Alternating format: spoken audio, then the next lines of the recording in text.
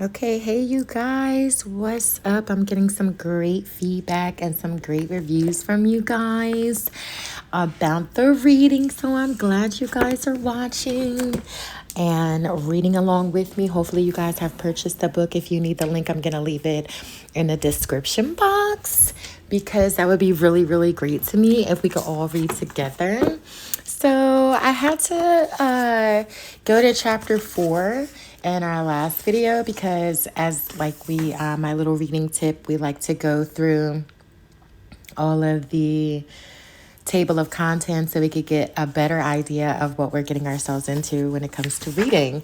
And so that's what happened. So I had to go to chapter 4 and I had to read chapter 4, but we were on part 3, part 2 of the introduction, and I'm going to go back to the introduction because I wanted to we're almost finished the introduction and going into chapter 1. So I just want to I want to begin there. So thank you guys for tuning in and thank you for watching. Yes, let's hop right into it. All right, so we ended on page 2, of course, in the introduction. So here we go. Practicing postures and gestures in the East for enhanced magic results. Okay. Great. So in the Western world, nothing of this nature ever arose, or if it did, it has been completely forgotten. It may be that medieval Christian monks developed a physical culture similar to yoga for controlling the flow of spiritual energies, but if so, we have no record of it and can only speculate about what it might have been like had it existed. For the most part, Western magicians have always used external physical instruments and objects to channel, hold, and control esoteric forces. We see this dichotomy between East and West in the esoteric discipline of alchemy. European alchemy was done with physical furnaces, beakers, retorts, chemicals, acids, quicksilver, and so on. Chinese alchemy, on the other hand, is internal. It is done inside the body using postures, controlled breathing, visualization, and the power of the will. The lungs of the Chinese alchemist becomes his bellows, and his belly becomes his furnace. His saliva is his elixir of life. All right, now that really gets into the symbolism right there. That really breaks down as within, so without, so above, so beyond, below. Kinesic magic is the yoga of Western occultism. You can, if you wish, apply its postures and gestures to create talismans, charms, magic mirrors, and other useful physical devices, but at root, nothing other than your own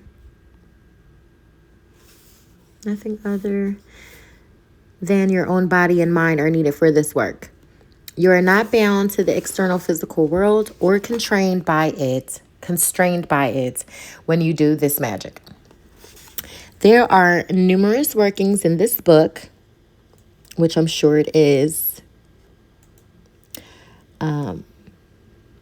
each a complete meditation or magic ritual in its own right. Some of these are simple and brief, others more complex. I composed them to give you practice in manipulating the 24 essential forces of Western occultism, those of the 5 elements, the 7 planets of traditional astrology, and the 12 signs of the zodiac. Wow, that gets super deep. Do as many or as few of these workings as you wish. Their value does not lie in the specific techniques of magic they teach, but in the way they show you how to use the whole of the system of Kinesic magic creatively for your own purposes. Think of this system as a new language of magic with which you can create any ritual, any charm, any spell you need in your own life. You may be wondering why I chose these particular 24 energies of the elements, the planets, and the zodiac and not others. They were chosen because they lie at the very root of Western occultism. You encounter them again and again when studying the history of magic in Egypt, Persia, the Middle East, and Europe. The most influential system of ceremonial magic for more than the past 100 years, that of the Hermetic Order of the Golden Dawn, is built around these three sets of esoteric energies. The first knowledge lecture of the Golden Dawn system, which is the very first teaching that initiates receive when they join the order, is devoted to the elements, the planets, and the signs of the zodiac. These 24 forces are building blocks. You can put them into any arrangement you choose, provided you understand how to fit them together. Eventually, you will create original rituals of your own to serve your specific needs. But the wide spectrum of workings in this book will give you the initial training you require to learn how to manipulate these energies in a creative, flexible manner. This book has its germination 3 decades ago, when I suggested in my book, The New Magus, 1988, that it was theoretically possible to create a complete system of magic that used only the bare hands. Kinesic magic is the evolution of this basic truth, but I have expanded the concept to include the use of the entire body. The principles that underline kinesic magic are few in number, easy to learn, and simple to practice. But don't let the simplicity fool you. This magic is as powerful as any that has ever been devised. You can apply these principles to any existing occult system or use them to create your own completely original personal style of magic. Kinesic magic will free you to do magic in your own way, unburdened by the weight of centuries of tradition. It is your own body, your own mind, working in perfect harmony to channel the root energies of the universe. It is all you will ever need. Ha! That gets really deep, you guys. I like that. That's an introduction. That's gonna break it down. That's gonna help us get to chapter 1, because chapter 1 literally starts right after that. If you guys are reading along with me, Kinesic Magic, Channeling Energy with Postures and Gestures by Donald Tyson. Okay, y'all, hopping right into chapter 1, the 24 postures. In kinetic magic, you will rely on 24 hand gestures to define the occult forces of the elements, planets, and zodiac. But you will channel those forces through your body and through your environment by means of 24 basic postures. The postures are easy to remember because they form complementary pairs.